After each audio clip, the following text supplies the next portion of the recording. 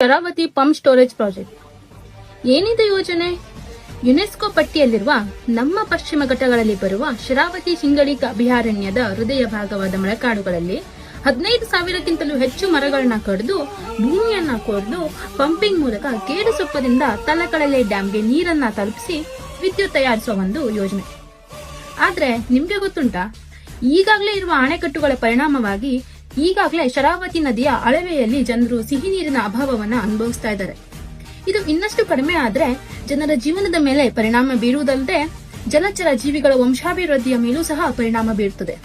ಮೀನುಗಾರಿಕೆಯನ್ನೇ ನಂಬಿಕೊಂಡಿರುವ ಆ ಬೇಸ್ತರ ಕುಟುಂಬಗಳ ಬಗ್ಗೆ ನೀವು ಒಮ್ಮೆಯಾದ್ರೂ ಯೋಚಿಸಿದೀರಾ? ಪಶ್ಚಿಮ ಘಟ್ಟಗಳಲ್ಲೇ ಅತಿ ಹೆಚ್ಚು ಪ್ರಮಾಣದಲ್ಲಿ ಸಿಂಗಳಿಕಗಳು ಕಂಡುಬರುವುದು ಶರಾವತಿ ಕಾಡುಗಳಲ್ಲಿಯೇ. ಅವು ಹಾಗೂ ಇತರೆ ಪ್ರಾಣಿ ಪಕ್ಷಿಗಳು ಎಲ್ಲಿಗೆ ಹೋಗಬೇಕು?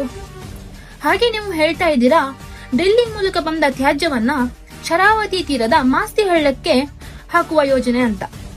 ಮಳೆಗಾಲದಲ್ಲಿ ಆ ಮಣ್ಣು ಮತ್ತೆ ನದಿಗೆ ಸೇರಿ ಪ್ರವಾಹ ಉಂಟಾಗಲು ಎಡೆ ಮಾಡಿಕೊಡೋದಿಲ್ವಾ?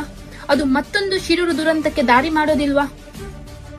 ಪಶ್ಚಿಮ ಘಟ್ಟದ ಈ ಸೂಕ್ಷ್ಮ ವಲಯಗಳಲ್ಲಿ ಇಂತಹ ಅರ್ತ್ ಡ್ರಿಲ್ಲಿಂಗ್ ಬೇಕಾ? ಅದೇ ಯೋಜನೆಯ 8,000 ಕೋಟಿಯಲ್ಲಿ ನಮ್ಗೆ ರಸ್ತೆ ಹಾಗೂ ಆಸ್ಪತ್ರೆಗಳನ್ನ ಮಾಡಿಸಿ.